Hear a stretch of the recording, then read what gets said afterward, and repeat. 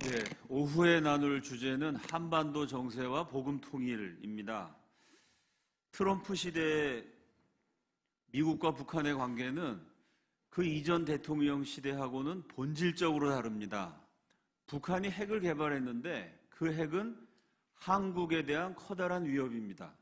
지금도 북한이 마음을 먹으면 핵으로 서울을 공격할 수 있습니다. 핵 한 발이면 한 150만 명 죽는다 그럽니다. 북한이 갖고 있는 핵을 다 쓰면은 대략 한 2천만 명 정도 죽일 수 있는 무기가 북한에 지금 쌓여 있습니다. 그런데 그 핵무기가 미국한테는 전혀 위험이 안 됐어요. 왜냐하면 그 핵으로 미국을 공격하려면 미국까지 날아가는 미사일이 있어야 됩니다. 북한의 미사일이 미국까지 날아갈 수가 없었기 때문에 트럼프 대통령 이전에는요, 북한이 핵으로 남한을 공격할 수는 있어도 미국을 공격할 수는 없었습니다. 그런데 작년 11월 30일에 사정거리 13,000km, 미국 전역을 타격 범위 내에 두는 장거리 미사일 발사 실험에 북한이 성공해요. 그래서 트럼프 대통령은 최초로 북한이 핵으로 워싱턴도 공격할 수 있고 뉴욕도 공격할 수 있는, 다시 말해서 북한의 핵이 한국에만 위협이 되는 것이 아니라 미국에도 위협이 될 수 있는 시대를 맞이하게 됩니다. 이 핵을 개발할 때 쌍둥이처럼 같이 오는 게 미사일입니다. 핵은 소형화, 경량화해요. 핵폭탄이 너무 크면 아무리 폭탄이 커도 그거로 적을 공격할 수가 없겠죠. 그 큰 폭탄을 2차 세계대전 때는 비행기에 실었습니다. 그래서 비행기가 날아가고 일본에다가 폭탄을 떨어뜨렸죠. 지금도 그런 스타일로 하면요, 북한 비행기가 핵을 싣고 날아오르는 순간 우리가 미사일로 격추시킬 수가 있습니다. 그러니까 핵이 있어도 이게 너무 크면요, 소용이 없어요. 그러니까 핵은 소형화시켜야 됩니다. 조그맣게 만들어야 돼요. 경량화, 가볍게 만들어야 됩니다. 똑같이 미사일은 장거리화 시켜야 돼요. 대형화 시켜야 됩니다. 미사일은 크게 만들고 핵은 작게 만들면 어떻게 될까요? 그 핵을 미사일에 붙일 수가 있죠. 그 미사일을 장거리화 시키면 그 핵폭탄을 미사일에 달아서 멀리 미국까지 공격할 수가 있게 됩니다. 이해가 되시죠? 근데 미사일 장거리화는 북한이 이미 작년에 성공했어요. 남은 것은 핵을 소형화, 경량화. 핵을 조그맣게 만들어서 이미 북한이 개발한 미사일에 달아서 쏘면 올해 가을이면 그게 미국까지 공격이 가능해집니다. 올 가을이 지나면 미국은 북한의 핵 미사일 사정거리 안에 들게 돼요. 그 트럼프 대통령은 무슨 일이 있어도 북한 핵 문제를 해결해야 됩니다. 북한처럼 전 세계 테러를 배후에서 지원하는 나라, 사실은 잘 밝혀지지 않았지만요, 전 세계 혁명, 암살, 납치, 테러, 거기 다 개입하는 나라가 북한입니다. 왜냐하면 북한이 군사기술, 사람 죽이고 고문하는 거, 이게 세계 최고입니다. 여러분, IS 테러리스트 들어보셨죠? 이 이슬람 테러리스트들이요, 저 영국 런던의 지하철 테러, 또 독일의 축구장 테러, 프랑스의 콘서트장 테러, 전 세계에서 테러를 많이 했습니다. 근데 그 IS 이슬람 전사들이 자기 몸에다가 폭탄 감아갖고 가서 터트리잖아요? 그거 맨정신으로 못해요. 아무리 이슬람교 신앙이 좋다 그래도요, 20살, 21살짜리 젊은 청년이 자기 몸에 폭탄을 이렇게 감고 꽝 터지면 내 몸이 그냥 산산조각이 납니다. 그걸 맨정신으로 할 수 없어요. 그래서 테러를 저지르러 가기 전에 마지막 머물렀던 아지트가 있습니다. 저 프랑스의 콘서트장, 독일의 축구장, 런던의 지하철, 그 테러리스트들이 마지막 머물렀던 아지트에 가면 똑같은 물품이 나와요. 그게 뭐냐면 마약입니다. 맨정신으로 못하고 마약 먹고 알라를 위하여 그래서 꽝 터뜨려서 죽거든요. 그 마약은 북한에서 재배한 마약이에요. 그러니까 IS 테러리스트들한테 무기를 지급하고 마약을 지급하고 테러할 수 있도록 훈련을 시켜주는 나라가 어디냐? 북한입니다. 전 세계 혁명에 다 개입하고 있어요. 자, 그런 무시무시한 위험한 나라가 핵미사일을 만들어 뉴욕을 통째로 날라버릴 수 있다. 근데 미국 대통령이 그거를 못 막았다? 다음번 선거에 100% 떨어지게 돼 있습니다. 그 트럼프는 무슨 일이 있어도 북한 핵을 해결해야만 해요. 첫 번째 해결 방법이 이겁니다. 여기 아까 화면에 나왔죠? 재무부 차관 시걸 맨델커가 한 말, 북한이 핵을 어떻게 만들었느냐? 간단하죠. 핵을 만들 수 있는 돈이 있었어요. 그러니까 북한이 더 이상 핵 개발을 못하게 하려면 북한으로 들어가는 모든 돈을 차단한다. 이게 첫 번째 경제 제재입니다. 그런데 미국이 아무리 북한을 경제 제재해도요, 뒤에서 미국 몰래 북한한테 뒷돈을 찔러주는 나라가 있었습니다. 그 나라 때문에 경제 제재가 여태까지 통하지 않았어요. 어느 나라일까요? 다 알고 계시죠? 중국인데 그 중국에 문제가 생겼어요. 작년 11월 17일자 한국경제신문입니다. 제목이 뭐냐면 중국 다시 빚내서 성장. 다시라는 말이 중요해요. 중국 경제 성장률이 세계 1등입니다. 맞는데 중국의 문제는 뭐냐면요. IMF, 국제금융기관이죠. 또 국제증권협회, 파이낸셜 타임스 같은 세계 경제 전문가들의 공통적 진단. 중국 경제는 한마디로 빚에 중독된 경제다. 중국 경제가 세계에서 제일 빨리 성장하는 건 맞는데요. 문제는 뭐냐면 경제보다 빚이 더 빨리 더 많이 성장해요. 예를 들어서 제 연봉이 1,000만 원 늘어났습니다. 그럼 제가 부자가 된 거죠. 돈을 많이 벌게 됐어요. 연봉이 1,000만 원 늘어났어요. 근데 저의 빚은 2,000만 원 늘어났어요. 그럼 돈을 번 거예요? 잃은 거예요? 내가 연봉보다 빚이 더 많이 늘어나면 손해를 본 겁니다. 중국 문제가 그거예요.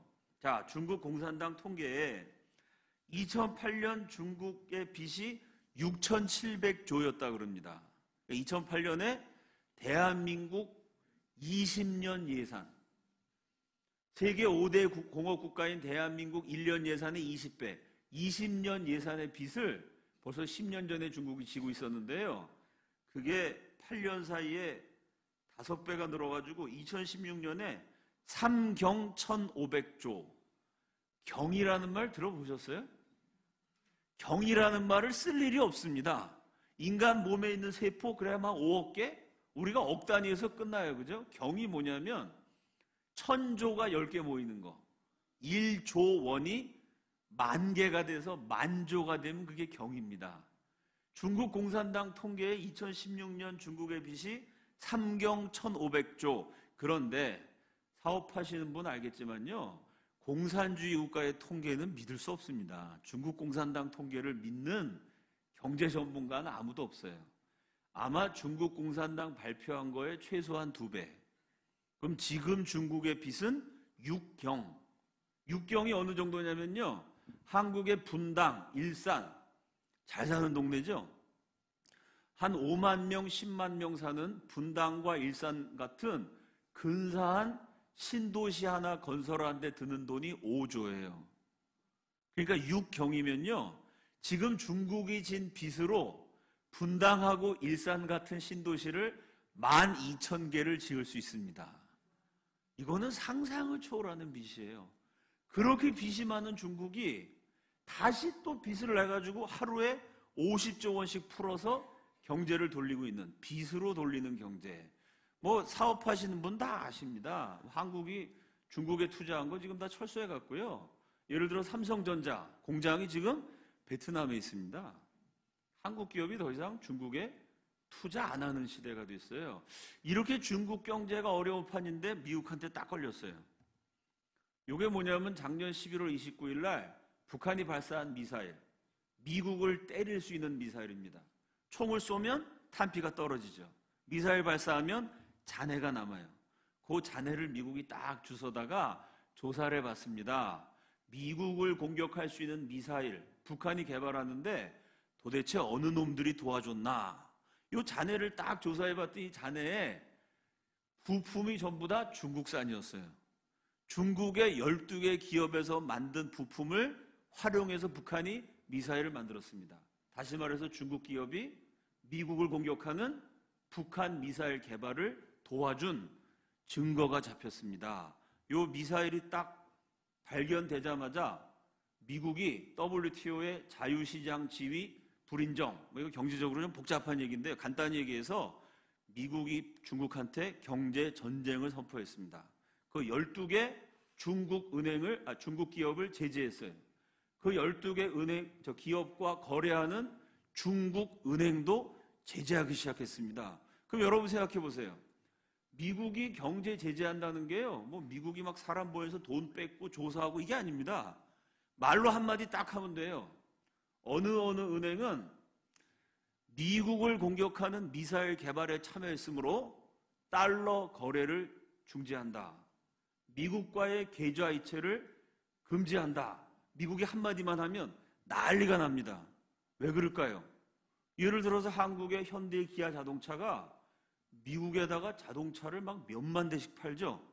그럼 한국은 미국에 자동차를 보내요. 그리고 그 돈을 달러로 받는데 어떻게 받을까요?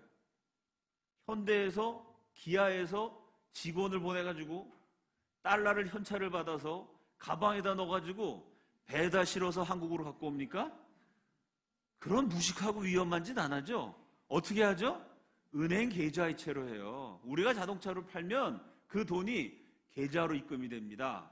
그런데 만약에 미국이 그 은행을 딱 제재를 해요. 저 은행은 미국과 달러 계좌 이체 못한다. 그럼 어떡하죠? 우리가 자동차 팔고 그 달러를요, 사람을 보내서 트럭에다 실어가지고요, 배로 날라갖고 한국까지 갖고 와야 됩니다. 누가 그런 짓을 하겠어요? 기업 입장에서 어떻게 할까요? 주거래은행을 바꿉니다. 그러면 그 은행은 자동적으로 망하게 되죠. 그렇지 않습니까? 미국하고 달러 거래를 못해가지고 어느 은행이 살아남겠습니까? 아니, 중국의 12개 기업과 그 기업과 거래한 은행을 비롯해서 전 세계 100개가 넘는 기업 은행 단체를 미국이 제재를 합니다. 라트비아 최고 큰 은행이 바로 파산을 했고요. 이 미국의 경제 제재 때문에 북한하고 아주 가까웠던 나라, 아프리카에 있는 무가베 대통령이 통치했던 무가베 정권 37년 만에 아예 정권이 통째로 무너져 버렸습니다. 이렇게 미국의 금융 제재라는 거는 37년 독재 정권을 무너뜨리고요, 그 나라에서 제일 큰 은행 그냥 2주일 만에 파산시킬 만큼 어마무시합니다. 이 미국이 경제 제재로 중국을 조이니까 가뜩이나 빚으로 경제를 돌리던 중국이 더 이상 못 버티게 됐어요. 작년 12월부터 중국이 드디어 북한에 대한 미국의 무역 제재에 동참을 하게 됩니다. 이게 아주 북한 문제에 굉장히 중요한 요인이 됐어요. 중국이 경제를 딱 북한하고 틀어막으니까 결과적으로 어떻게 됐냐면요, 북한의 무역액이 한 달 사이에 82%가 줄었어요. 여러분, 북한이 무역을 많이 하는 나라인가요? 무역 안 하고 맨날 굶어 죽는 나라잖아요. 비유하자면 북한 경제력은요, 대한민국에서 월급 10만 원 받는 거랑 비슷해요. 10만 원으로 살 수 있어요? 10만 원으로 쌀값 정도나 겨우 마련할까요? 북한이 그래요. 2천만이 쌀값도 없어서 밥 3끼를 못 먹는, 2천만 국민 중에 3분의 2가 영양실조 상태에 있는 비참한 경제입니다. 비유하자면 대한민국에서 월급 10만 원으로 쌀 사서 그냥 쌀이나 겨우겨우 먹는, 그것도 배부르게 먹지도 못하는 그런 수준이에요. 그런데 월급 10만 원 가운데 82%가 날아가서 월급이 18,000원이 됐으면 한국에서 18,000원으로 살 수가 없어요. 북한이 경제가 그렇게 안 좋은데 82%가 날아갔습니다. 중국의 무역 제재 동참으로요. 지금 북한 경제력이 어느 정도냐? 북한의 석유 사용량이요, 남한의 200분의 1이 안 돼요. 생각해 보세요. 남한의 석유 사용량의 200분의 1이 안 되면 자동차가 못 굴러간다는 얘기입니다. 더 이상 미사일을 개발할 수가 없어요. 북한의 무역액은요, 남한의 500분의 1이 안 돼요. 면적으로 따지면 북한이 남한보다 넓습니다. 북한 인구가 남한의 절반은 돼요. 아니, 북한 인구가 남한의 절반이면 북한 경제가 남한의 20분의 1이다, 50분의 1이다. 그래도 타격이 클 텐데 500분의 1이 안 됩니다. 이런 아주 무지막지한 경제적 위기를 맞이해서 결국 김정은이 그전까지는 전쟁을 한다, 서울을 불바다 만든다 협박을 하다가 어쩔 수 없이 대화하러 나오기 시작한 게 2018년 올해의 상황입니다. 트럼프 대통령이 1월 2일 날 트위터에 올렸어요. 제재 및 다른 수단이 북한에 큰 충격을 주기 시작해서 이때 못 견딘 북한 병사가 막 탈출했잖아요. 판문점에 탈출한 병사 배를 열어봤더니 막 기생충이 뭐 50마리가 들어있고, 뉴스에다 보셨죠? 그렇게 북한이 지금 끔찍한 상황이에요. 로켓맨, 저 로켓이나 쏘는 로켓으로 장난치는 녀석, 아주 김정은을 비하하는 말이죠. 이 로켓맨은 처음으로 한국과 대화하고자 한다. 뭐 김정은이가 전쟁한다고 까불더니 우리가 콱 눌렀더니 결국 못 버티고 슬금슬금 대화로 나왔다. 그래놓고 트럼프가 의미심장한 말을 합니다. 북한이 대화하러 나왔으면 좋은 뉴스인가요? 나쁜 뉴스인가요? 좋은 뉴스죠. 근데 트럼프는 뭐라고 썼냐면 이 얘기를 하면서 아마도 그것은 perhaps not, 좋은 뉴스일 수도 있고 나쁜 뉴스일 수도 있다. 북한이 대화하러 나온 게 왜 나쁜 뉴스일 수도 있다고 올해 1월 2일 날 김정은이 처음 대화를 제안했을 때 미국 대통령이 이런 트위터를 올렸을까요? 북한이 대화하러 나와서 한미동맹을 지키면서 남한과 미국이 북한을 코너로 잘 몰아서 핵을 딱 포기시키고 남북통일을 이루면 그건 굿뉴스, 좋은 뉴스인데요. 북한이 대화하러 나왔는데 남한이 북한한테 완전히 설득이 돼갖고 구호 삶아줘서 남북한이 연합해갖고 미군 철수해라, 우리 민족끼리 잘 살아보겠다. 이 북한의 의도에 남한이 말려 들어가면, 남북한이 짝짝꿍하게 되면 그건 나쁜 뉴스일 수도 있다. 이미 트럼프가 1월 2일 날 그런 얘기를 했습니다. 1월 6일 날 문재인 대통령하고 통화했는데 북한을 강력하게 압박해줘서 고맙다라고 한국 대통령이 나에게 인사를 했다라고 트럼프가 또 얘기를 했어요. 그리고 결국은 아이까지 뵌 자기 여동생 김여정을 평창올림픽 때 보내서 문재인 대통령과 대화를 하게 합니다. 이때 비밀성 대학을 나온 동아일보 주성아 기자가 뭐라고 썼냐면 미국의 경제 제재 때문에 김정은이가 막다른 골목에 몰리니까 자기 여동생을 보내서 대한민국 정부를 구워 삶아서 어떻게든지 살 길을 열어보려고 지금 술책을 부리고 있다. 이 김정은의 의도에 대해서 속아 넘어가 안 된다라는 메시지를 보냈는데, 그런데 이때부터 좀 기류가 묘하게 흘러가요. 자, 김여정이 평창올림픽 때 왔을 때 또 평창올림픽 때 미국에서도 누군가를 보냈습니다. 누가 왔죠? 펜스 부통령이 왔어요. 그죠? 근데 한국 정부가 미국의 압박을 받아서 대화하러 온 김여정이가 도착한 때는요, 김여정을 영접하기 위해서 장관 한 사람, 차관 두 사람이 갔어요. 극진한 국빈급 대우입니다. 장관 하나, 차관 둘. 그런데 미국 부통령이 왔는데 거기는 차관 한 명이 갔어요. 한국 언론은 김여정의 패션, 백두혈통이 한국에 왔다, 모나리자의 미소, 김여정의 미소가 한국에 놀렸다, 김여정을 대대로 보도하고 펜스 부통령은 아무도 주목하지 않는 가운데 어디를 갔을까요? 펜스 부통령이. 알고 계세요? 어디 갔죠? 천안함 폭침당한 현장을 갔어요. 북한의 공격으로 부서진 천안함을 딱 보고 왔습니다.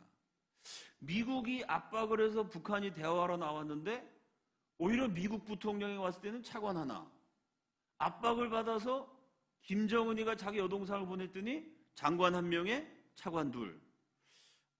한국이 미국이 압박하는 바람에 대화하러 나온 건데, 근데 미국은 소홀히 하고 북한 쪽으로 가까이 가는 거 아니야? 라는 의심이 들게 하는 대목이죠. 그러더니 평창올림픽 2월 달부터 슬슬 이런 뉴스가 나와요. 평창 동계올림픽은 평화를 실습하는 기간이다. 올림픽 끝나면 한반도 전쟁 종식 평화협정을 체결하자. 이때부터 슬슬 이런 얘기가 나오더니 진짜 요즘은 아주 평화협정이 체결된 것처럼 언론에서 계속 판문점 회담을 통해 평화가 이루어졌다라는 식으로 국민들에게 계속 보도를 합니다. 그런데 제가 작년부터 이 강연을 하고 다녔거든요. 평화협정이라는 게 뭐냐? 역사상 가장 유명했던 평화협정. 1939년 영국 수상 체인벌린이 독일 수상 히틀러를 만났습니다. 그리고 평화협정을 맺었어요.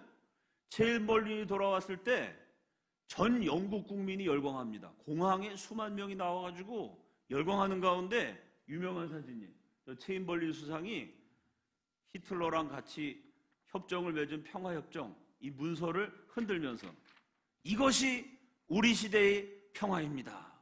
이것이 명예로운 평화입니다. 전쟁 안 하고 협상을 통해 평화를 맺기로 했으니까 명예로운 평화죠.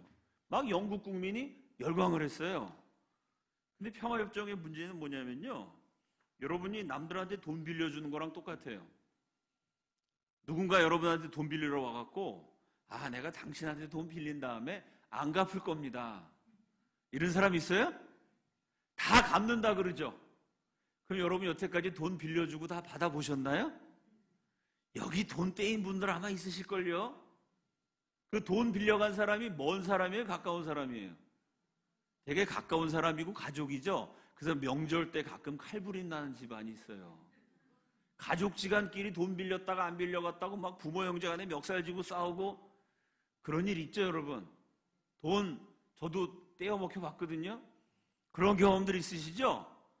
돈 갚는 거랑 똑같아요. 평화협정이란 게 협정을 맺어서 약속을 해서 지키면 진짜 좋은데요, 안 지키면 그만입니다. 이때 뭐 전 세계적으로 평화를 맺었다고 난리가 났는데요, 이 협정 맺고 6개월 지난 다음에 히틀러가 2차 세계대전을 일으켰어요. 5천만 명이 죽었습니다. 5천만이 죽은 2차 세계대전의 시작은 평화협정이었어요. 자, 또 유명한 평화협정. 1973년 미국의 키신저와 공산주의 베트남, 베트콩 지도자 레둑토가 평화협정 맺었습니다. 요새 한국 언론 보면은 이제 평화협정 맺었으니까 문재인, 김정은, 남북 정상이 노벨 평화상을 받아야 된다, 이런 얘기 많이 하죠. 노벨 평화상 받았어요. 키신저하고 레둑토가 평화협정 맺고 월남 전쟁을 끝낸 공로로 노벨 평화상 수상자로 지명이 됐습니다. 근데 문제는 뭐냐? 지도자는 노벨 평화상 받았는데 그 나라 국민은 360만이 죽었어요. 왜 그랬을까요? 평화협정 맺고 노벨 평화상까지 받고 공산주의 베트콩이 그 협정을 어겨서 전쟁을 다시 시작했습니다. 1975년 월남이 공산화됐고 360만이 목숨을 잃었습니다. 노벨 평화상이 평화를 지켜주지 못했어요. 따지고 보면 대한민국의 김대중 대통령이 한반도의 평화를 정착시켰다고 노벨 평화상 받았죠. 아니, 우리나라 대통령이 노벨 평화상 받았으면 평화가 와야지. 그 후로 북한은 왜 핵을 개발했나요? 노벨 평화상이 평화를 보장하지 못한다는 역사적 사례입니다. 그러면 이 월남전 때 평화협정을 맺고 오히려 평화협정 때문에 왜 공산화가 됐냐면요, 공산주의 베트콩과 한국처럼 남북이 분단되어갖고 북베트남 공산주의 국가였고 남베트남 자본주의 국가였어요.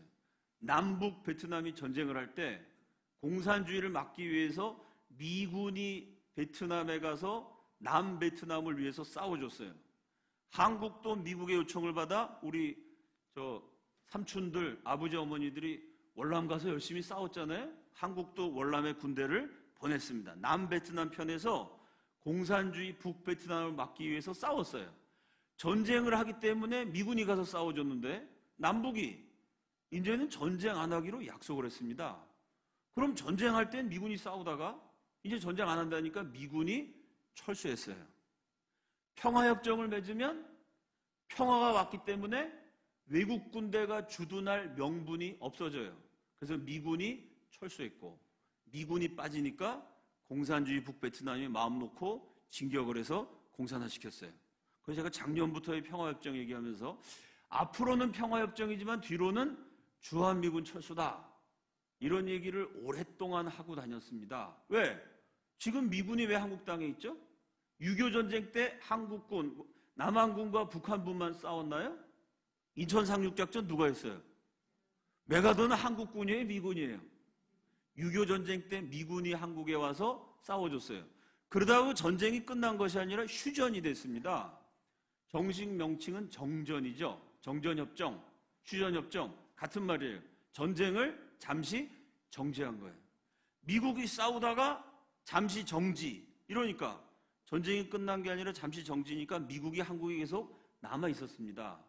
그래서 미국이 한국을 지켜줬어요. 근데 이제 종전, 평화협정 이러면 더 이상 미군이 주둔할 명분이 사라져요. 이해가 되시죠? 그래서 평화협정 맺으면 주한미군이 철수하게 되고, 그럼 미군이 철수한 다음에 남북한이 딱 남아있는데 북한은 핵이 있어요? 남한은 핵이 지금 있어요, 없어요? 없습니다. 그럼 핵이 있는 나라하고 핵이 없는 나라랑 전쟁은 어떻게 될까요? 이건 당연히 핵무기가 없는 나라가 이길 수가 없어요. 핵폭탄이 있는 나라와 없는 나라가 전쟁을 하면은 방법은 딱 두 가지다. 이게 미국의 유명한, 여기 나온 키신저, 닉슨 대통령 안보보좌관이었던 키신저가 한 말. 핵이 없는 나라는 핵이 있는 나라에서 취할 수 있는 자세가 두 가지. 첫째, 멸망하거나, 둘째, 항복하거나. 그렇지 않아요? 북한의 핵을 가지고 대한민국에 2천만 명 죽인다. 그러면 2천만이 죽더라도 싸워요? 그냥 항복하는 수밖에 없죠. 미군이 철수한 상태에서 우리가 핵이 없으면 이게 아주 어려워집니다. 남북한의 관계가. 그 평화협정하고 주한미군 철수하고 연결돼 있다. 그랬더니 이번에 요즘 언론에 막 나오죠.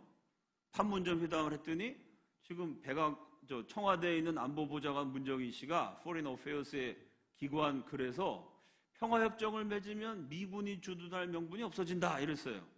그때 언론에서 그러면 주한미군 철수하는 거냐 막 떠들었더니 나는 그런 뜻을 한 게 아니다 이렇게 얘기했습니다. 그 다음 또 트럼프 대통령이 뭐라 그랬어요? 평화협정 맺으면 주한미군 철수할 수 있다 얘기했어요. 제임스 매티스 국방장관도 평화협정 맺으면 주한미군의 지위에 변화가 있을 수 있다. 이래서 막 뉴욕타임스 이런 데서 막 특종 보도라고 떠들었더니 또 미국 정부도 아니다 이랬습니다. 지금 한국 정부, 미국 정부가 똑같이 뭐라 그랬냐면 평화협정 맺으면 주한미군 철수할 수 있다 그랬다가 언론이 막 보도를 하니까 그건 아니야 라고 거두어들었습니다. 이게 말을 했다가 아니었다 그랬다가 했다가 아니었다 그랬다가 이게 어떻게 된 거예요 도대체? 자, 이렇게 말이 계속 바뀌는데요. 그렇다면은 지금 말이 아니고 말이 바뀌는 저 사람들이 과거에는 무슨 소리를 했느냐? 원래 갖고 있는 생각은 뭐냐? 이걸 따져봐야 돼요. 그렇죠? 원래 이런 생각 가졌던 사람들이 지금 말을 바꾼 건지, 원래 한국에서 지금 평화협정을 맺는 사람들이 주한미군 철수를 과거에도 주장했는지 주장하지 않았는지, 이걸 보면 믿을 말인지 안 믿을 말인지 따져볼 수가 있어요. 제 말이 이해가 되시죠? 그럼 지금 한국 정부의 실력자들은 어떤 생각 가진 사람이냐? 이걸 한번 봅시다. 북한에서의 반제, 제국주의를 몰아내는 거, 식민지 몰아내는 거, 반봉건, 양반상놈 없애는 거, 민주주의, 제국주의를 몰아내고 양반상놈 차별을 몰아내고 민주주의하는 이 좋은 혁명이 소련군의 후원을 힘입어서 순조롭게 진행됐다. 남한에서는 이러한 혁명이 미군의 반혁명 정책에 의해서 결국 좌절됐다. 여러분 여기 동의하세요? 아니 북한이 공산주의 소련이 도와줘서 북한이 반제, 반봉건, 민주주의 혁명을 했는데 왜 이렇게 많은 사람이 굶어 죽었을까요? 왜 북한 동포들이 북한 살기 싫다고 막 강을 건너서 탈출을 할까요? 북한이 이렇게 좋은 나라가 됐다. 소련이 도와줘서. 남한은 미국 때문에 좋은 나라가 못 됐다. 라는 글을 쓴 사람. 이 사람이 정혜구라는 교수였는데 지금 청와대에 들어가 있습니다. 이 사람이 현 정권의 실력자로 뭘 했냐면요. 두 가지. 첫째, 국정원 개혁을 했어요. 그러면 북한은 공산주의 국가로 이렇게 잘 됐고 남한은 저 미제국주의 때문에 엉망진창이 됐다라는 사람이 국정원을 개혁하면요. 간첩을 잡을까요? 아니면 간첩 잡는 사람을 잡을까요? 뉴스를 가만히 보세요. 국정원에서 간첩 잡던 사람이 이번 정권 들어서 몇 사람이 자살을 했어요. 이게 자살인지 타살인지 모릅니다. 뉴스 들어가 보세요. 국정원이 간첩 안 잡는다. 대공수사권을 경찰에 위임한다. 전 세계에서 유일하게 간첩 안 잡는 나라가 됐습니다. 왜? 이 사람 글을 보면 알죠. 북한은 공산주의에서 저렇게 좋은 나라가 됐고 남한은 미 제국주의 때문에 엉망진창이 됐다라는 사람이 국정원 개혁을 하면 그 좋은 북한에서 보낸 간첩을 환영해야지 그 간첩을 왜 잡겠습니까? 두 번째로 이 사람이 한 게 뭐냐면 얼마 전까지 막 추진하다가 쑥 들어간 거. 이 글을 쓴 사람이 대한민국 헌법을 썼어요. 개헌한다고 계속 그랬죠. 거기에 대해서 기독교계 한기총 회장님이 막 우려한다. 사회주의 개헌을 우려한다. 이런 성명서가 발표된 적이 있습니다. 왜 지금 정권이 개혁하는 걸 사회주의로 몰아붙이냐? 그거 색깔론 아니냐? 이 사람이 이 사람. 이 글을 쓴 사람이 헌법을 쓰면 이게 이 사회주의적인 개헌으로 가겠죠. 지금 다행히 지금 개헌 문제가 결국 무효화됐는데 얼마 전까지 개헌한다 막 그랬잖아요. 이번 개헌을 아마 다음번 언젠가 또 추진할 겁니다. 그럼 우리가 다 같이 기도하면서 싸워야 돼요. 왜 이번 개헌이 중요하냐면 이번 개헌의 정신이 이렇게 사회주의 개헌하는 거, 연방제 통일 개헌하는 거, 또 하나의 중요한 문제가 동성애 개헌이에요. 저 같은 목사가 동성애 하면 죄다. 맞나요? 틀리나요? 나는 아무리 성경 읽어봐도 성경 읽어보니까 동성애는 죄라고 나오던데 제가 성경 잘못 읽었나요? 물론 동성애 하는 분들을 미워하라는 얘기 아닙니다. 동성애 하는 분들 불쌍하죠. 그 사람들 어떻게든지 사랑해주고 전도하고 도와줘서 동성애에서 벗어나게 하는 게 사랑이라고 저는 믿어요. 그분들을 어떻게든지 감싸서 거기서 벗어나게 해야 되지만 동성애자를 사랑한다고 동성애 마음대로 해라. 한 걸음 더 나가서 목사가 동성애는 죄다 설교하면 벌금 1,000만 원. 동성애는 죄다 또 그럼 벌금 3,000만 원. 동성애는 죄다 3번 하면 감옥에 집어넣겠다는 거예요. 아니 성경엔 동성애 죄라고 나오던데 그러면 그 성경을 파야 돼요. 그죠? 로마서 같은 걸 다 파갖고 그건 설교하지 말아야 돼요. 아니 목사가 동성애는 죄라고 말했다고 감옥에 가두면 그게 민주주의입니까? 지금 그런 개헌이 막 추진되다가 북한 핵 문제로 살짝 덮어진 상태예요. 자, 이런 글을 쓴 사람들, 이런 세력이 평화협정을 말한다면 이렇게 미군을 싫어하는 사람이 주한미군 철수가 아닙니다. 주한미군은 주둔하면서 평화회담 하자는 겁니다. 라고 말하는데 요거를 믿어야 될지 말아야 될지 고민해야 됩니다. 자, 이게 우리나라 지금 부총리인데요. 이분이 옛날에 직접 주최한 행사입니다. 주한미군을 철수시키고 한미동맹을 폐기해야 한다라는 글을 직접 썼어요. 이분이 김상곤 씨가 그 글을 쓴 발표했던 행사가 뭐냐면 여기 나와 있죠. 주한미군 내보내는 한반도 평화협정. 원래는 이분이 이런 거 하던 분입니다. 평화협정은 뭐냐? 주한미군을 내보내는 거다. 이분이 지금 우리나라의 부총리예요. 대한민국 교육을 책임지고 있는 사람입니다. 그러면 헌법 개정과 국정원 개혁을 주도하는 분, 지금 이 나라의 부총리 뿐만 아니라 얼마 전에 대통령 외교안보보좌가 문정희 씨, 주한미군 철수해야 된다라고 말했던 사람, 지금 현 정권의 중요한 포지션에 있는 사람들이 과거에는요 주한미군 내보내야 된다라고 입에 달고 다니던 사람들이에요.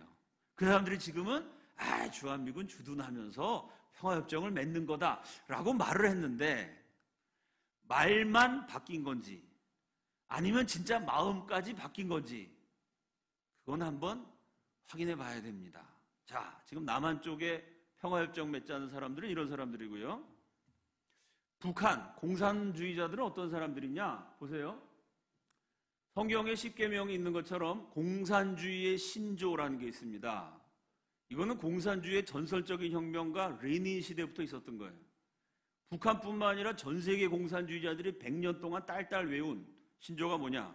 어떤 행위도 예컨대 살인, 사람을 죽이거나 양친에 대한 밀고 우리 엄마, 아버지, 부친, 모친, 이 양친이 반동분자입니다 라고 자식이 신고하는 것도 공산주의의 목적에 도움이 되면 정당화된다. 이게 공산주의 윤리관이에요. 그래서 소련을 비롯한 전 세계 공산주의 100개가 넘게 공산화된 나라 가보면요 어린 소년과 소녀들의 동상이 세워져 있어요. 어떤 동상일까요? 9살짜리가 우리 아버지 반동분자입니다 라고 9살짜리가 아버지를 신고해서 아들의 신고를 받아서 아버지를 감옥에 쳐넣었어요. 그럼 그 아이는 공산주의 윤리에 의하면 애국자죠.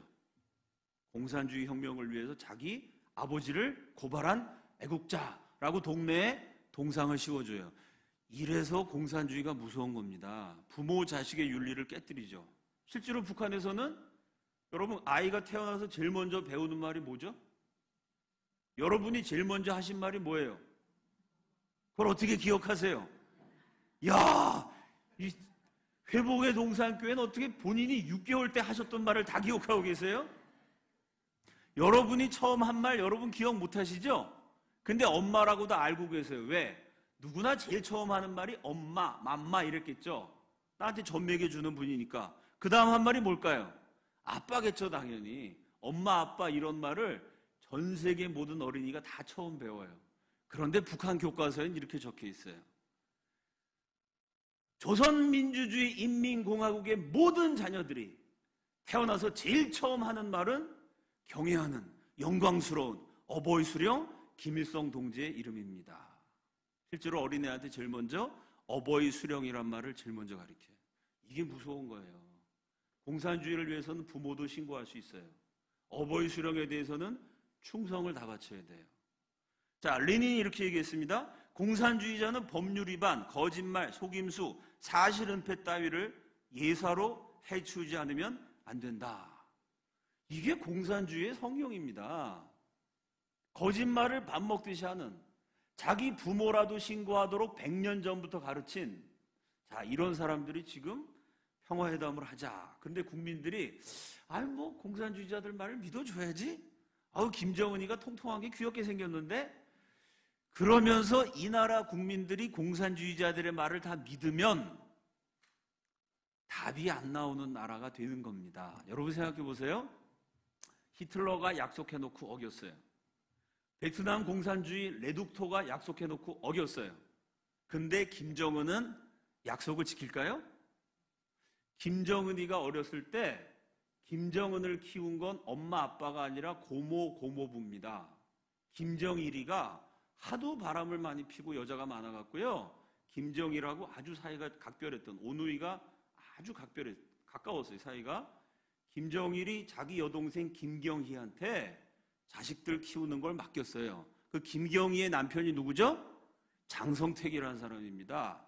그래서 아기 김정은은요, 장성택의 무릎에 앉아서 놀았어요. 장성택이 김정은이를 아버지처럼 키웠습니다. 자기 무릎에 앉아서 재롱 부리던 김정은이가 장성택을 어떻게 죽였습니까? 장성택이를 불러다가 총으로 쏜 게 아니고요, 비행기를 쏴서 떨어뜨리는 고사포를 쐈어요. 비행기한테 쏘는 포를 사람한테 쐈다고 생각해 보세요. 고사포를 1000발을 쐈습니다. 1000발을 빵 쏘는 순간 장성택의 몸이 수천 조각으로 공중분해가 돼요. 근데 김정은이 뭐라 그랬냐면은, 저 반동분자의 살이 공화국의 땅에 닿지 말게 하라. 그래서 어떻게 했냐면 고사포 1000발을 빵 쏴서 장성택의 몸이 꽝 폭발하는 순간 옆에 있던 북한 특동사수가 화염 발사기를 촥 발사해서 공중에서 분해된 장성택의 몸이 공중에서 순식간에 타버렸어요. 쟤만 남았습니다. 자, 김정은의 형 김정남 누가 죽였죠? 비록 엄마는 다르지만 아빠는 같은 형이잖아요. 그 김정남을 김정은이가 암살범을 보내가지고요, 원래 계획은 뭐냐면 이 독사를 하잖아요. 화학물질을 살짝 바르는 거예요. 살짝 바르면 이게 공항에 있을 때는 괜찮아요. 그러다가 비행기 타고 한 10,000m쯤 올라갔을 때 독이 서서히 퍼져서 높은 하늘에서 김정남이 죽으면요, 그럼 어떤 효과가 생길까요? 누가 김정남을 죽였는지 모르죠. 가끔 심장이 안 좋으신 분이 비행기 타고 가다가 발작해갖고 돌아가시는 분들이 있거든요. 그러니까 독을 살짝 바르면 비행기가 날아가다가 창공에서 죽기 때문에요, 이게 비행기가 저 하늘에서 일어난 일이라 경찰이 조사할 수도 없어요, 이거를. 그렇지 않습니까? 땅에서 살인사건이 벌어지면 은평구에서 살인 나면 은평경찰서, 안산에서 살인 나면 안산경찰서가 조사할 수 있지만 비행기에서 사람이 죽으면요, 이거 어느 나라 경찰이 조사하겠어요? 그래서 원래는 비행기에서 딱 죽게 만들면 북한이 은폐할 수 있습니다. 그게 원래 계획이었는데요. 김정은이가 뭐라 그랬냐면 북한 공작원한테 반드시 죽여라. 아니, 장군님이 반드시 죽이라 그러니까 실패하면 안 돼요. 그래서 독을 살짝 발라야 되는데 듬뿍 칠했어요. 그 바람에 비행기 타기도 전에 독이 확 퍼져갖고 전 세계가 지켜본 CCTV가 달려있는 말레이시아 공항에서 죽었습니다. 여러분 뉴스에 보셨죠? 막 죽으면서 격렬하는 게 CCTV 찍혀가지고 전 세계 다 들통이 나버렸어요. 독을 너무 세게 칠해가지고. 그럼 생각해 봅시다. 공산주의자들은 100년 전부터 거짓말을 예사롭게 했어요. 베트남 공산당도 거짓말했어요. 그리고 김정은이는 자기를 아버지처럼 키워준 장성택도 죽였어요. 자기 형인 김정남도 죽였어요. 그렇지만 김정은이 회개해서 대한민국과의 약속은 지킬까요? 김정은이 고모부도 죽이고 형도 죽였지만 서울 사람, 안산 사람은 안 죽일까요? 그걸 믿으면 나라에 답이 없습니다. 여러분 이해가 되세요? 판문점 회담으로 평화가 오면 정말 좋겠지만 진짜 그게 평화인지 아닌지는 우리가 정신 차리고 지켜봐야 돼요. 고모부를 죽인 사람인데, 형을 죽인 사람인데 100년 동안 거짓말해갖고 수많은 사람, 기독교인들 1억 명 이상을 죽인 공산주의자들인데 그 사람 말을 믿겠어요? 여러분 형을 죽이고 고모부를 죽인 사람이 여러분 옆집에 이사 왔어요. 에이, 저 사람이 형은 죽였지만 이웃 사촌인데 나는 안 죽이겠지. 그리고 친하게 지내면 야, 그거 간이 배 밖으로 나온 거 아니에요? 진짜 믿음 좋은 사람 아닙니까? 자, 지금 상황을 우리가 만만하게 볼 수가 없습니다. 그러면 지금 남북한이 이렇게 평화협정 맺고 평화다 이루고 있는데 중요한 건 뭐냐? 외국에선, 특히 미국에선 어떻게 볼까요? Foreign Policy라는 세계적인 군사 정치 잡지인데요. 에드워드 루트워크, 미국 최고의 전략가입니다. 육군사관학교, CIA 이런 데서 강의하는 사람이에요. 전쟁 최고 전략가가 뭐라냐? It's time to bomb North Korea. 북한을 폭격할 때다. 경제 제재로 해서 안 되면 그 다음 단계는 북한을 때려야 된다. 만약 북한이 미국을 공격하면 한 3시간, 4시간이면 북한은 없어져요, 지구상에. 근데 왜 공격을 못하냐면 미국이 북한을 때릴 때 만약에 북한이 반격을 해갖고 서울을 치면 미국의 동맹국인 한국이 위험해져요. 한국의 위험 때문에 미국이 공격을 못하는데 거기에 대해서 에드워드 루트워크는요, 한국의 안전을 미국이 지켜줄 필요가 있냐? 한국은 자기 나라는 자기가 지키게 해라. 왜? 한국이 가난한 나라입니까? 한국에 기술이 없어요? 제가 처음 미국 갔다가 놀란 게요, 미국 휴대폰이요 한국보다 2년 3년 늦어요. 그래서 한국에서 이렇게 폴더 접는 걸 썼는데 미국 갔더니 휴대폰이 아니라 무전기야. 무전기 있다며요. 나 아령인 줄 알았어. 이거 운동하라는 건지 얼마나 무거운지. 벽돌 같은 걸 줘요. 미국 가서 살아보세요, 여러분. 제가 미국에서 영화 한 편 보려면요, 영화 다운 딱 걸어놓고 밖에 나가고 1시간을 뛰어요. 샤워를 해요. 차까지 한 잔 마시면 영화 한 편 다운받는데 2시간 걸렸어요. 한국 와갖고 다운받는데 1분이야, 1분.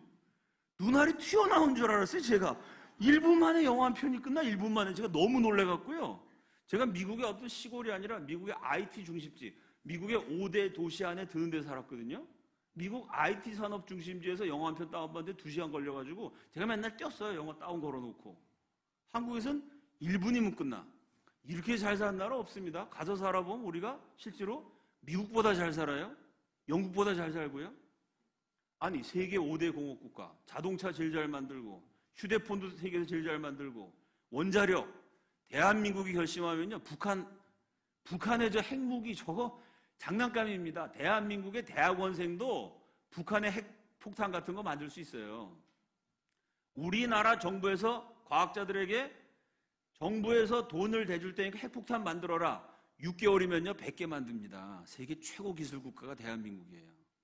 그렇게 기술도 좋지, 돈도 많지, 모든 면에 발전한 나라가 북한의 핵을 막으려고 마음먹었다면 이스라엘에서 사용하는 아이언돔, 돈도 얼마 안 들거든요. 그런 걸 만약 서울에 설치하면요 북한에서 날아오는 미사일의 95% 이상을 막을 수 있어요. 서울이, 대한민국이 북한의 핵으로부터 자기를 지키려고 마음먹으면 얼마든지 할 수 있는 나라다. 그런데 고의적 무대책, 종북 세력이 대한민국 장악해갖고 북한 핵 갖고 있으니까 우리는 그냥 북한한테 돈 갖다 바쳐야 된다. 이러면서 고의적 무대책을 해서 에드워드 루트워크가 서울에 와서 직접 봤습니다. 와서 봤더니 아니 그 아이언돔 만들어서 북한 미사일 다 막을 기술도 있고, 아니면 북한처럼 우리도 핵을 개발한 북한보다 100배 강한 핵무기도 가질 수 있는 나라가 북한이 핵으로 공격했을 때 대피할 수 있는 대피소도 안 만들어놨다. 심지어 대피소가 있는데 가봤더니 대피소는 만들었는데 팻말이 없더래요. 그럼 그게 대피소인지 무슨 노숙자 쉼터인지 그거 뭔지 어떻게 알겠습니까? 팻말도 하나 만들지 않고 자기 나라를 지킬 의지가 없는, 자기 나라 국민을 보호할 의지가 없는 한국 정부를 위해서, 그 한국의 안전을 위해서 미국이 북한 핵 개발을 내버려 두는 거 말이 안 된다. 그건 고의적 무대책이니까 한국이 핵 공격을 당하든 말든 미국은 신경 쓰지 말아라. 이게 미국의 최고 전략가가 세계적인 잡지에 쓴 글입니다. 이게 미국 사람들 생각이에요. 자, 2월 달에 됐어요. 김여정이가 한국에 왔을 때 한국에서는 모나리자의 미소다, 백두혈통이다 난리를 칠 때 미국 우파들은 뭐라 그랬냐면요. 팍스 TV 이런 데서 아주 미국의 우파입니다. 보수 세력이 뭐라 그랬냐면 올림픽에 김여정이 선수로 참여하면 금메달 딴다. 김여정이 금메달 딸 수 있는 종목 3가지. 첫째, 자기 나라 국민 때리기, 자기 나라 국민 괴롭히기, 자기 국민 굶겨 죽이기. 사람 때리고 괴롭히고 굶겨 죽이는 철인 3종 경기가 있으면 1등 금메달은 김여정이다. 이게 미국의 보수 세력의 의견이고요. 미국의 좌파, 사실은 미국은 한국 기준으로 따지면 좌파가 없는 나라입니다. The Right Nation, 좌파가 없는 우파의 나라라는 유명한 책이 있어요. 미국의 좌파도 한국 우파보다 훨씬 오른쪽에 있습니다. 그걸 보여주는 대표적인 게 이거죠. 뉴욕타임즈, 미국의 아주 가장 진보적인 리버럴한 신문입니다. 뉴욕타임즈하고 철천지 원수지간인 사람이 트럼프예요. 트럼프 대통령하고 사사건건 싸우는데요. 트럼프를 무지하게 싫어하는, 한국 기준으로 말하면 미국 좌파인 뉴욕타임즈의 김여정에 대해서 뭐라고 보도했냐면, 김여정의 오빠 김정은은 살인광이다. 북한은 깡패국가다. 북한에서 뭐 사람들이 왔다고 백두혈통이 왔다. 한국 언론이 떠도는데 그걸 뭐라 그랬냐면 so called, 소위 말하는, 이거 비꼬는 말입니다. 소위 말하는 귀빈이라는 작자들. 김여정의 외모에 대한 묘사, 이건 랩트, 넋이 나간 소리다. 아니, 저런 독재자에 대해서 무슨 외모를 논한다는 건 진짜 정신 나간 자들이나 한 짓이다. 저 김여정의 아버지 김정일이가 북한 사람 얼마나 많이 죽였는데, 김여정의 할아버지 김정일이가 6.25 전쟁 일으켜갖고 북한 사람, 남한 사람, 미국 사람 얼마나 많이 죽였는데, 살인자의 가족에 대해서 뭐 패션이 어쩌고, 이런 정신 나간 기사들이 많다. 이 미국 트럼프의 비판적인 시각입니다. 그래서 재밌는 게 매력 공세, charm offensive, 이게 뭐냐면요. 북한 애들이 항상 남한에다가 미녀를 보내죠. 미녀 응원단 막 하잖아요. 야, 북한에 이쁜 애들이 왔다. 미녀 응원단이 이쁘다. 거기에 대해서 한국에서 미녀 응원단이라는 거를 미국 언론이 charm, 매력, offensive, 매력으로 어필한다. 미모로 공격한다. charm offensive라고 썼는데요.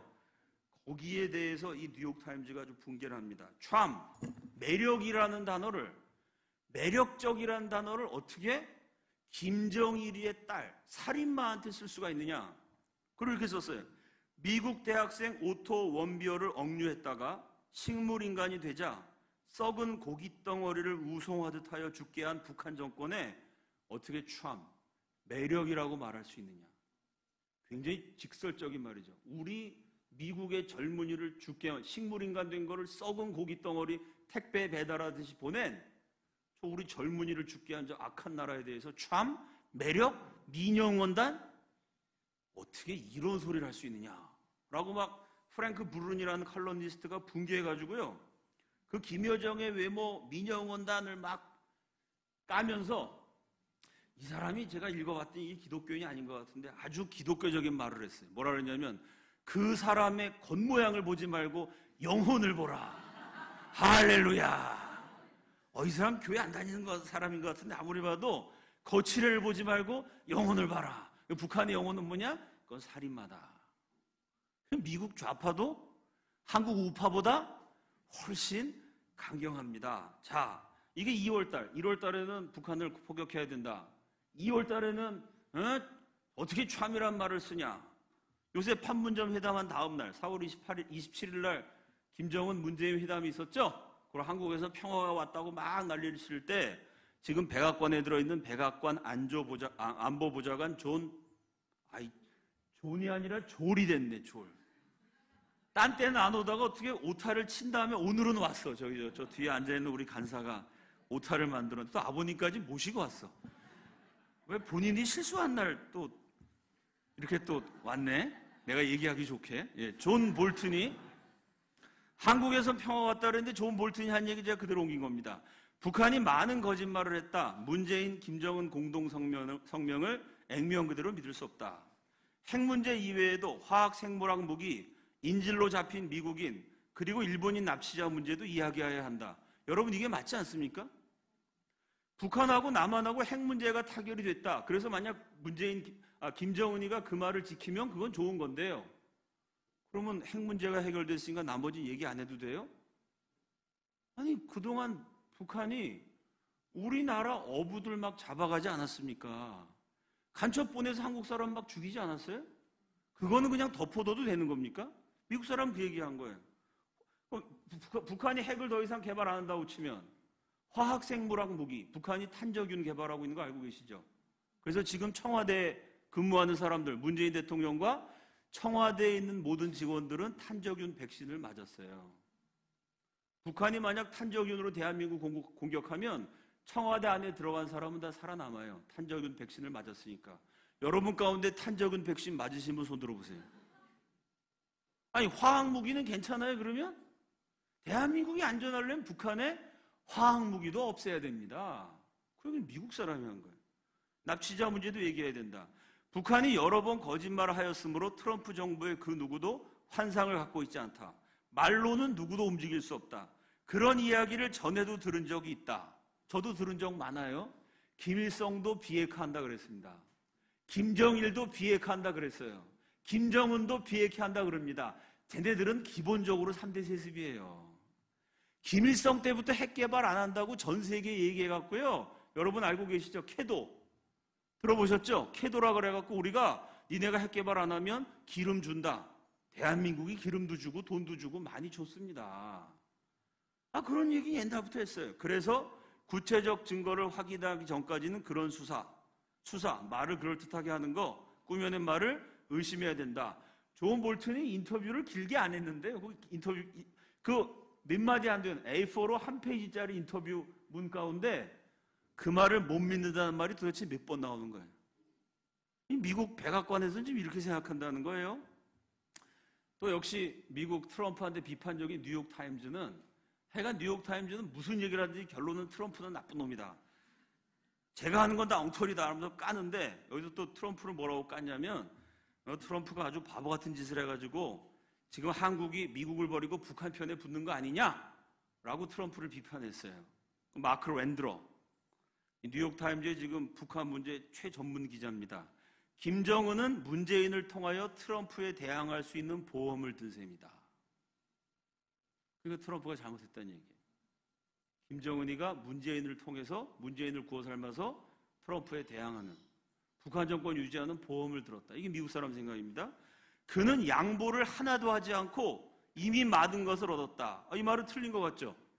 북한이 풍계리 핵실험장 폐기하기로 했으니까 양보하기로 한 거 아닙니까? 그 풍계리 핵실험장은요 이미 핵실험을 많이 했기 때문에 더 이상 쓸 수가 없어요. 무슨 얘기랑 똑같냐면요, 우리 집에 고물차가 한 대 있어요. 그런데 내가 옆집 사람한테 야, 우리 집은 차가 있고 너네 집은 차가 없으니까 우리가 재산을 공평하게 나누기 위해서 내 차를 폐차할게. 어차피 그 차는 고물차라서 폐차해야 돼요. 이해가 되십니까? 어차피 못 쓰게 된 핵실험장을 폐쇄하는 겁니다. 판문점 회담을 안 했어도 그 핵실험장은 폐쇄하기로 되어 있었어요. 그걸 지금 쇼를 갖고 하는 거죠. 그러니까 양보를 하나도 하지 않고 이미 많은 것을 얻었다. 이게 미국 사람들 생각입니다. 판문점 선언문에 나온 비핵화 관련 내용도 애매하고 과거에 많이 보았던 것이다. 문재인, 김정은이 만나서 친구처럼 행동하고 있는 그 순간에도, 이게 미국 사람들 말인데 참 우리 한국 사람들이 생각해 봐야 돼.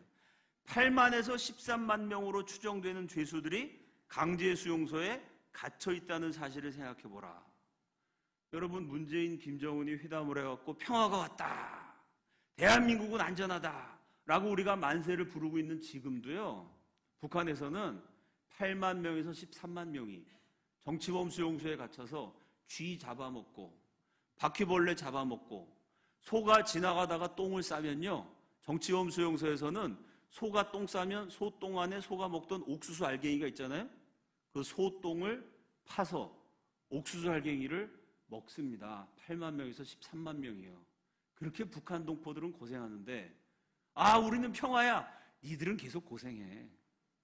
김정은 정권 계속 유지할 수 있도록 대한민국 국민이 햇볕 정책으로 돈 갖다 줄 테니까 수용소에 갇힌 사람들은 어쩔 수 없지 뭐. 여러분, 그 수용소에 갇힌 사람들 가운데 대부분은 기독교인입니다. 어버이 수령을 믿어야지 왜 예수를 믿어가지고 그렇게 인간이하의 비참한 생활을 70년째 하고 있어요. 자식 손자대까지. 근데 과연 그 사람들 그 고생하도록 내버려 두는 거, 그러고 나는 그냥 여기서 편안하게 사는 거, 이게 평화입니까? 미국 사람도 이런 얘기를 했는데, 우리 한국 사람들이 북한에 고생하는 동포들은 계속 고생해. 남한만 안전하면 돼. 과연 그것이 평화인지 양심적인 자세인지 생각해 봐야 됩니다. 브래트 스티븐스가, 이건 미국 정치의 유명한 말인데, 핵 없는 북한은 기름 없는 사우디아라비아와 같다. 사우디아라비아가 기름 없으면 그 나라 뭐 볼 게 있겠어요? 기름을 사우디아라비아가 석유를 포기할 수 있겠어요? 똑같이 북한은 핵을 포기 못합니다. 그래서요, 대한민국 신문만 보지 말고 이렇게 미국 신문, 북한 신문을 같이 보면은 그림이 딱 그려져요. 김정은이 판문점에 와갖고는 비핵화한다 이렇게 얘기했어요. 그 직전에 북한 노동당 회의에서는 뭐라 그랬냐면요, 이제 우리는 핵 보유국이 됐다라고 말했어요. 이해가 되십니까?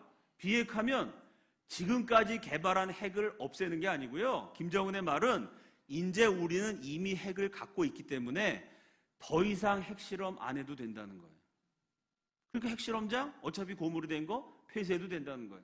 그리고 김정은이 뭐라 그랬냐면, 우리는 미국과 회담을 한다. 그런데 당당하게 회담을 한다 그랬습니다. 북한 노동당 회의에서요. 어떻게 당당하죠? 남한은 미국하고 당당하게 회담을 못한다. 이게 김정은의 연설이에요. 왜? 남한은 핵이 없어요. 북한에 핵이 있습니다. 남한과 미국이 회담하면 남한이 약하니까 숙이죠.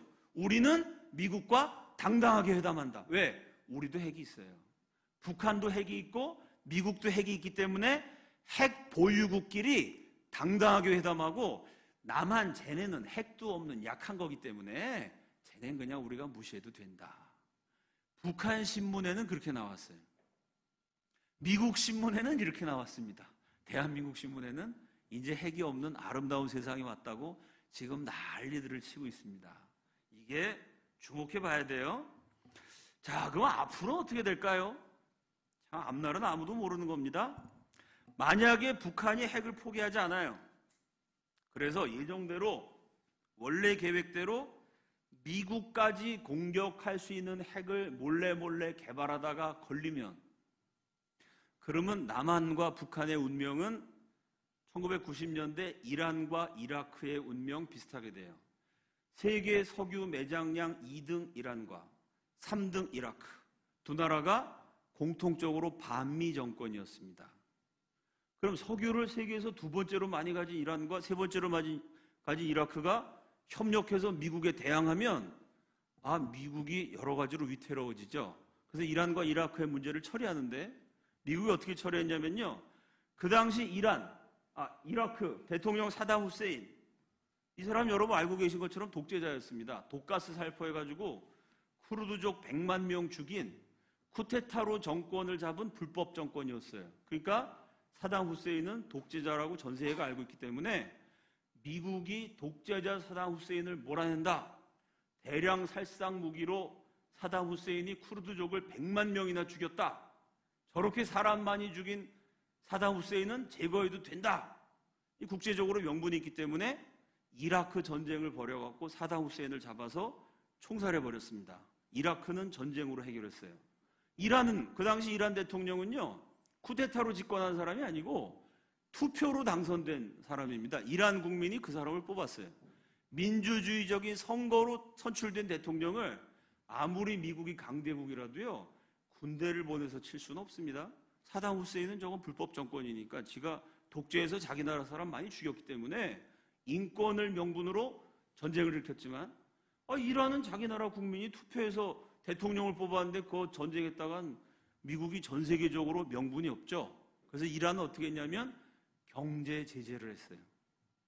석유가 콸콸 나오는데 이란이 10년, 20년 동안 무지하게 못 살았습니다. 기회가 있으면 이란 한번 여행해 보세요. 요즘 조금 나아졌죠. 아니 10년, 20년 동안 석유가 콸콸 나오면 뭐예요? 미국이 제재를 해갖고 석유를 팔지를 못하니 국민들이 아주 엄청나게 가난하게 살았습니다.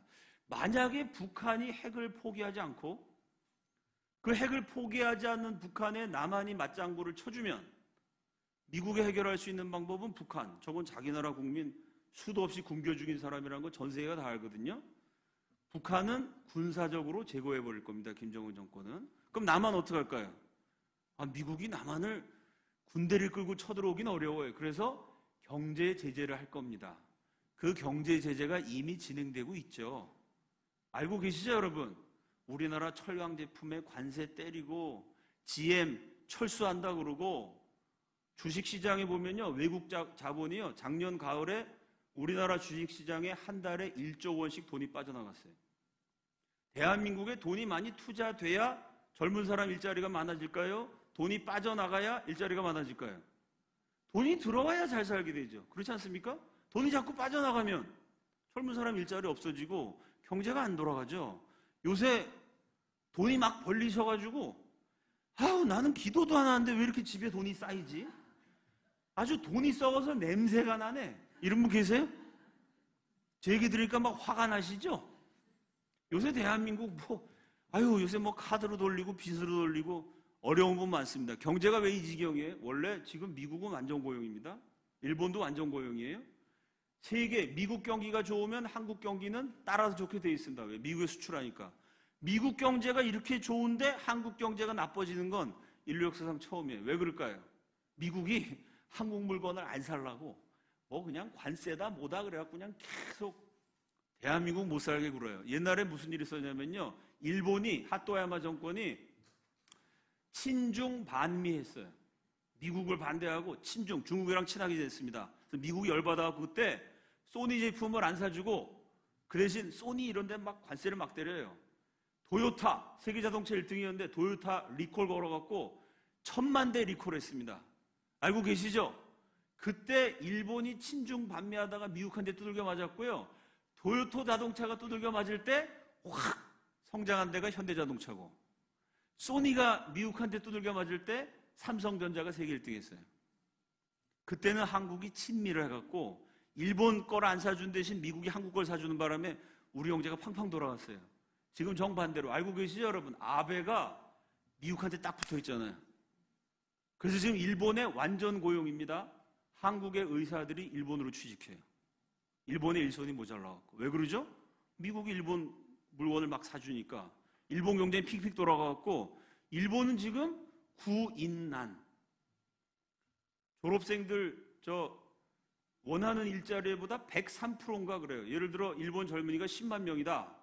그럼 일본 젊은이가 갈 수 있는 일자리는 10만 3천 개.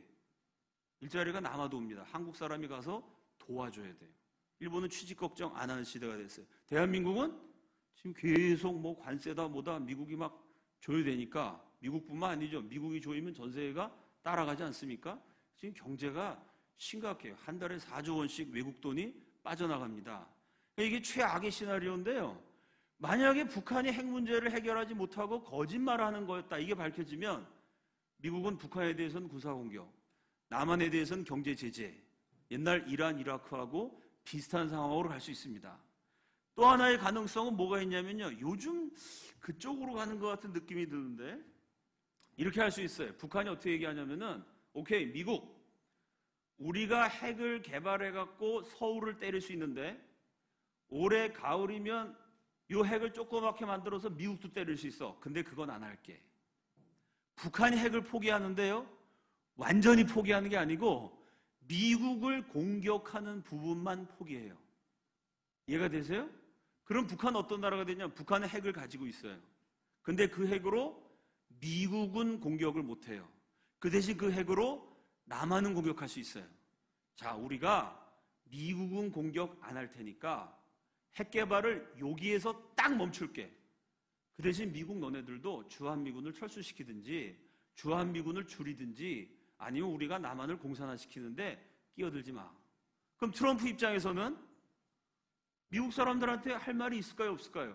있죠. 야, 대한민국 쟤네는 본인들이 북한이 좋대. 그리고 대한민국의 안보를 지키기 위해서 미국군이 가서 미국 달러를 써서 미국 국민 세금으로 지켜줬는데 더 이상 그럴 필요 없대. 그러니까 북한이 핵을 갖고 있지만 그 핵으로 우리 미국은 못 때려. 미국은 안전해. 대한민국은 위험하지만 그건 대한민국이 해결할 일이지 라고 트럼프가 미국 국민들한테 설명을 하면 미국 국민들이 에이, 그래도 우리가 한국을 지켜줘야지. 내가 세금 더 낼게. 한국 지키기 위해서. 이럴까요? 아니면 옳소. 대한민국은 대한민국이 지키는 거지. 왜 내 세금을 갖고 대한민국 지켜? 트럼프 잘했다. 이제 한국은 한국이 알아서 하라 그러고 미국만 안전하면 돼. 여러분이 미국 사람이라면 어느 쪽을 선택하겠어요? 지금 이렇게 갈 가능성이 점점 많아져요. 요새 주한미군 얘기가 계속 나오잖아요. 현 정권에서도 북한에서도 미국에서도. 그건 무슨 얘기냐면 북한이 더 이상 핵을 개발하지 않는 거예요. 핵을 포기하는 게 아니고 서울을 때릴 수 있는 핵은 북한이 갖고 있어요. 그러나 워싱턴을 때리는 건 포기해요. 그리고 미국한테 야, 우리가 포기했잖아. 그러니까 너네도 양보해서 한반도 문제에 손 떼. 그래서 미국이 개입을 딱 멈추고 한반도 문제는 남북한이 알아서 하라. 그럼 어떻게 될까요? 북한이 핵을 딱 가지고 대한민국 햇볕 정책 부활시켜. 개성공단 부활시켜. 대한민국 국민 세금 나한테 갖고 와. 과거에 우리 북한 핵 개발할 돈을 누가 갖다 줬죠? 우리가 줬습니다. 알고 계시죠? 북한 동포들 굶어 죽는 거 도와준다고 대한민국이 10조 원의 돈을 줬는데 그거 갖고 핵을 개발했거든요. 똑같이 북한이 우린 핵이 있어. 대한민국 까불면 한 2천만 죽일 거야. 이러고 협박을 하면 우리는 돈을 갖다 바쳐야 돼요. 그럼 미국 입장에서는 남한이 북한한테 돈을 바치던 북한이 남한을 협박하든 그건 걔네가 알아서 할 일이고 미국은 안전해. 주한미군까지 거 손 껴버리지 뭐. 당장 철수한 문제니까 줄여. 자, 요런 카드로 나갈 가능성이 요 며칠 사이에 갑자기 커졌습니다. 그러면 트럼프는 북한 핵 문제를 해결한 사람이 되는 거예요.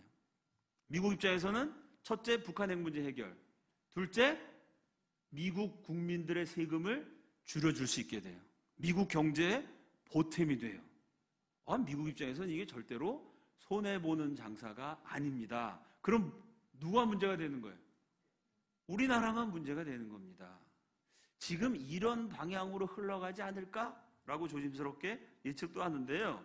결론은 뭐냐? 아무도 모르는 거예요. 내일 일이 무슨 일일지는 아무도 모릅니다. 내일 일은 하나님만 아시는 거예요. 우리는 그냥 인간이니까 이렇게 될 수도 있고 저렇게 될 수도 있고 여러 가지 생각을 해보는 것뿐입니다. 제가 왜 이렇게 생각하냐면요. 제가 오늘 오전에 원산대부흥 강의했는데 제가 강의 못한 뒷부분, 평양대부흥에 대해서 제가 잠깐 말씀드렸죠? 장대현 교회에서 부흥이 일어났다. 기억나시죠? 이게 그 평양대부흥이 일어난 장대현 교회인데요. 이 교회가 어떻게 세워졌냐면 1866년에 미국 상선 제너럴 셔먼호가 대동강변에 좌초됐어요. 평양 사람들이 제너럴 셔먼호를 공격해갖고 불을 지릅니다.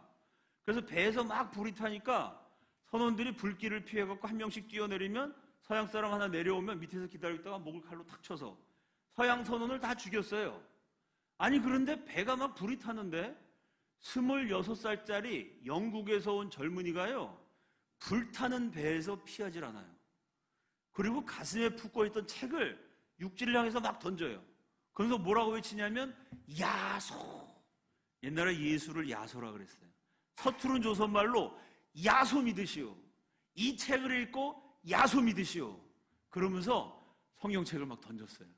그러다가 배가 불에 막 타가지고 마지막 성경책 한 권이 갖게 되니까 이 마지막 남은 성경 한 권을 던지지 않고 가슴에 딱 품고 배에서 내려와요. 조선 사람이 밑에서 저 미친놈 무슨 책을 던지는 거야? 저 불타는데 내리기만 해봐라. 당장 죽여야지. 딱 내리자마자 가슴을 칼로 찌르려고 딱 들이미는데 26살 청년이요. 이 청년이 보통 사람이 아니에요. 10개 국어를 구사하는 천재였어요. 영국의 10개 국어 구사하는 12살 때 옥스퍼드 대학 장학생으로 선발될 만큼 이 뛰어났던 천재가요. 가슴에 칼을 집어넣는데 그 칼날 앞에서 제발 저를 살려주세요 이러지 않고요. 죽이려는 조선 사람한테 활짝 웃어요. 마지막 성경책을 주면서 이 책 읽고 예수 믿으시오. 그리고 찔려서 죽습니다. 알고 계시죠? 한국 최초의 순교자 토마스 선교사가요. 대동강변에서 성경 뿌리다가 죽었어요. 근데 그 토마스를 죽일 때 옆에 있었던 박영식이라는 군인이 성경책을 받아갖고 와서 이걸 불태워야 되는데요. 서양 놈이 준 거는 다 불태워라. 이게 나라의 명령이거든요. 근데 그 죽은 청년의 모습이 잊혀지지가 않아요. 여러분도 그런 장면을 봤으면 안 잊혀지겠죠. 칼을 들이대는데 웃어요. 이 책을 읽으래요. 야, 이 책은 뭔가 있나 보다. 그리고 책을 버리지 않고 가끔 봅니다. 가만히 봤더니 이게 한문 성경이에요. 그때 조선 사람이 한문 썼기 때문에 중국에서 인쇄한 한문 성경인데 이게 종이질이 조선보다 이 책 종이질이 좋아요. 거기다 그때는 인쇄술이 발달하지 못해갖고 책을 양면에 인쇄하지 못하고요. 한 면은 글자가 인쇄됐고 한 면은 비어 있어요. 그러니까 한 면은 글자가 있고 다음 면은 비어. 종이질이 좋아. 요거 어디다 쓰면 좋을까요? 도배를 하면 딱 좋잖아요. 글자가 있으니까 글자 없는 쪽에다 풀을 칠해서 종이질이 좋으니 도배를 딱 하면 조선에 없는 근사한 도배지가 됩니다. 거기다 글자가 막 새겨져 있으니까 조선 사람들은 학문, 중국 문화 이런 걸 숭상했잖아요.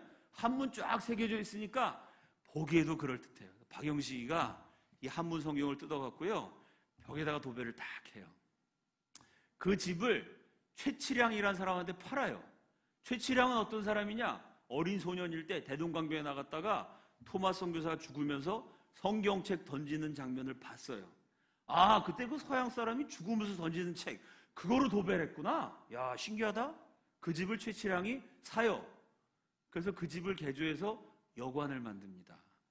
그런데 그로부터 34년이 지난 다음 토마스가 죽은 게 1860년, 1890년에 한국 장로교회의 아버지라고 불리는 사무엘 마페 선교사가요. 서울에서 기도하다가 응답을 받아요. 기생의 도시, 깡패의 도시라고 손가락질 당하던 평양에 가서 복음을 전해라. 사무엘 마페 선교사가 기도하면서 바싹 긴장해갖고 평양에 깡패 많고 기생 음란의 도시라는데 과연 거기 그 복음 전도가 될까? 주여 도와주옵소서. 실제로 평양 와갖고 깡패한테 두들겨 맞고 돌팔매질 당해서 막 코가 부러지고 고생을 직사게 합니다. 하여간 두들겨 맞을 각오를 하고 벌벌벌벌 떨면서 선교 사역이 될까?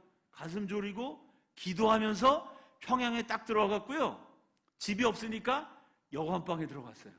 그 여관이 최치량의 여관이에요. 여관의 문을 딱 열었더니 성경이 쫙 도배가 돼 있는 거예요.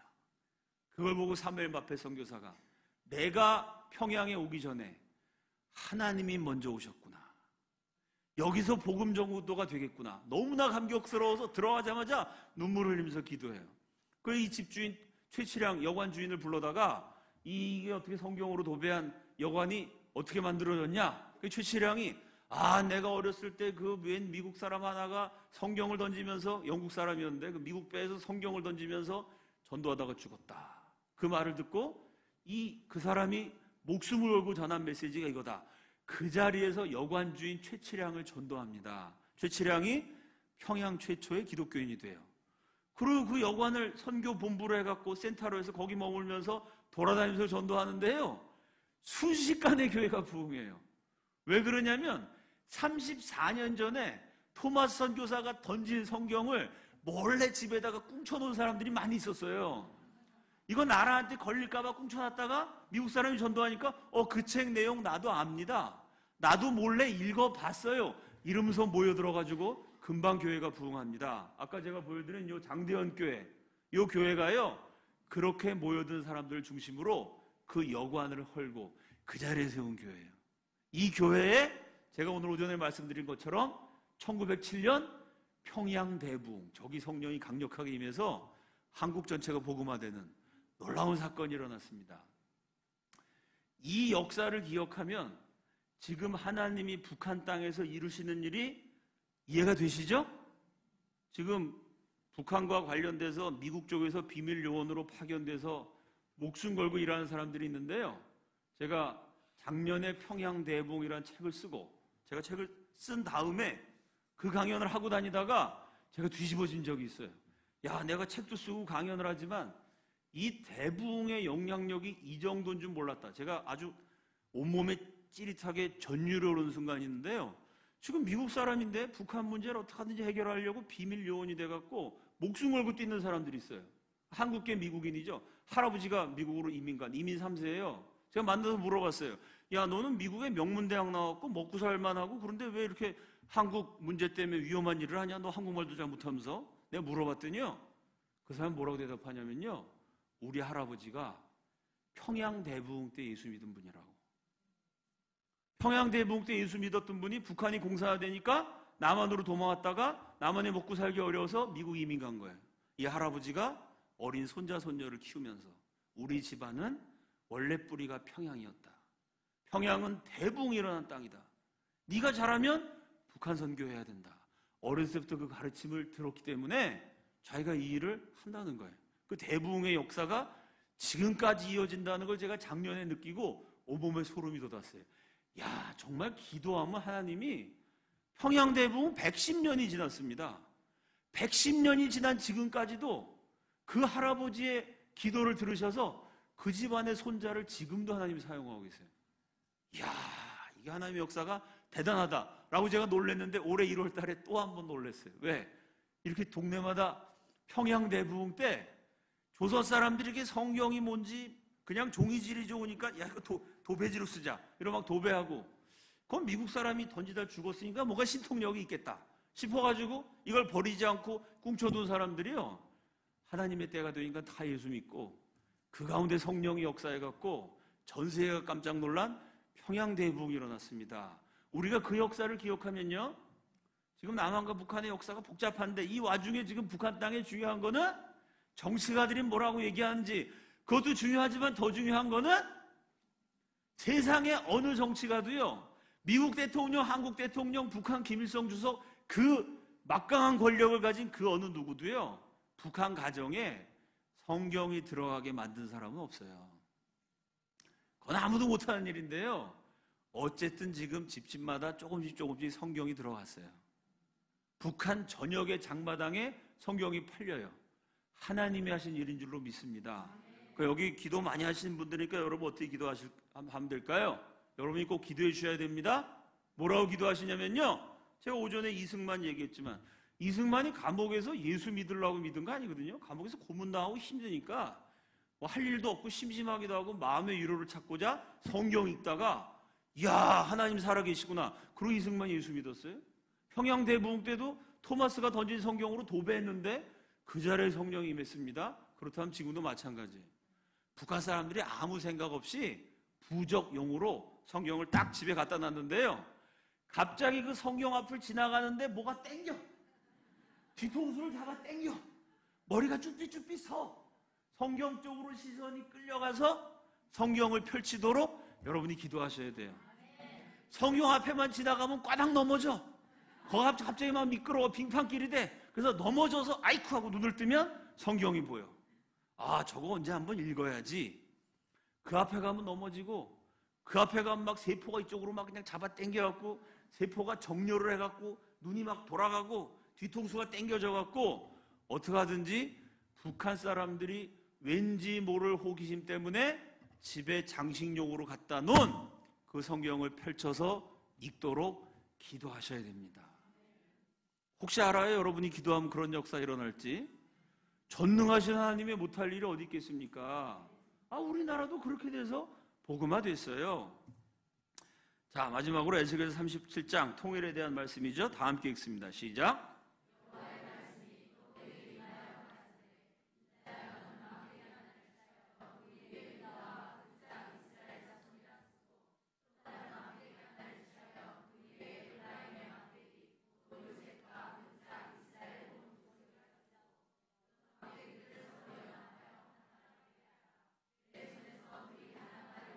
다 함께 따라합시다. 내 손에서 둘이 하나가 되리라.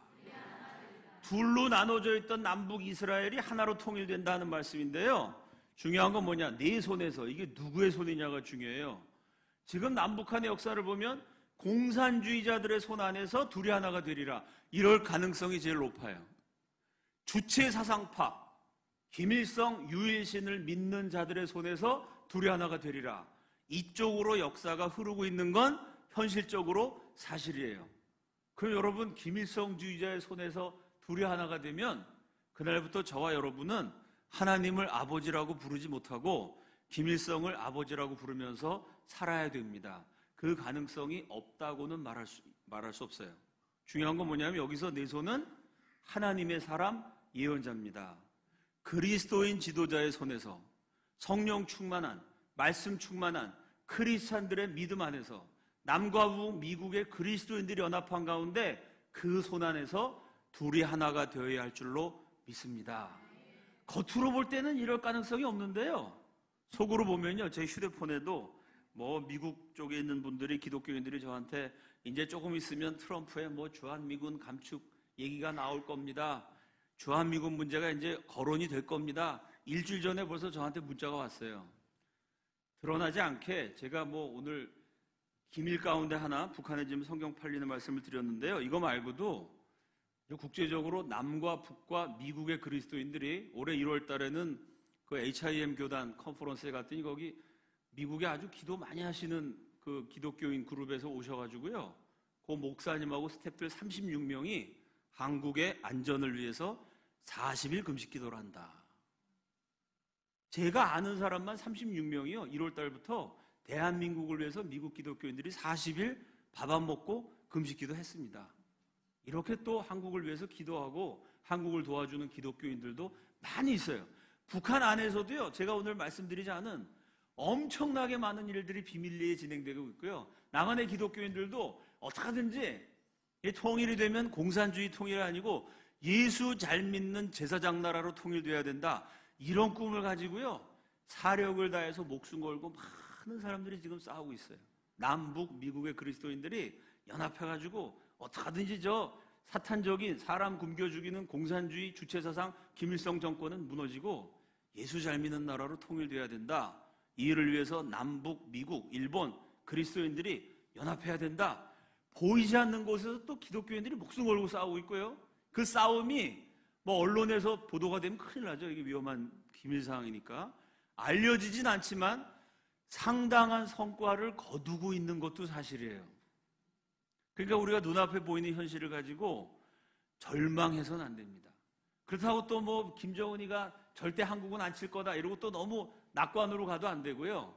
현실적으로는 공산화의 위험이 있고 대한민국이 지금 경제도 그렇고 여러 가지로 굉장히 어려운 건 사실이지만 이 가운데 보이지 않는 곳에서 하나님은요, 북한의 집에다가 성경도 집어넣고 평양대부흥 때 예수 믿었던 사람 손자들까지 한국 와서 열심히 싸우게 만드시고 하나님이 또 성령 충만한 그리스도인들이 지금 또 나름대로 사력을 다해서 싸우고 있는 것도 사실입니다. 그러니까 우리가 포기하지 말고, 나라가 지금 어렵고 힘들지만 여러분, 우리 예수 믿는 사람이 예수 믿고 나 혼자 잘 먹고 잘 살면 된다. 그럴 수는 없지 않습니까? 그래도 우리가 예수 믿는 사람인데 이 나라를 위해서 기도하자. 우리 후손들에게 더 번영하는 나라를 물려주기 위해서 내가 해야 될 최선을 다한다. 이 시대, 이 환경 속에서 이 역사 가운데 하나님의 뜻을 이루기 위한 제사장으로 주님이 내게 주신 이 거룩한 사명을 완수한다. 이래야 제대로 예수 믿는 사람이라고 할 수 있지 않겠습니까? 끝까지 포기하지 않고 나라를 위해 기도하는 가운데 여러분 한 사람 한 사람의 중심을 보시고 여러분 때문에 하나님이 이 나라를, 이 민족을, 우리 후손들을 축복하실 수 있게 되기를 우리 주님의 이름으로 축원합니다.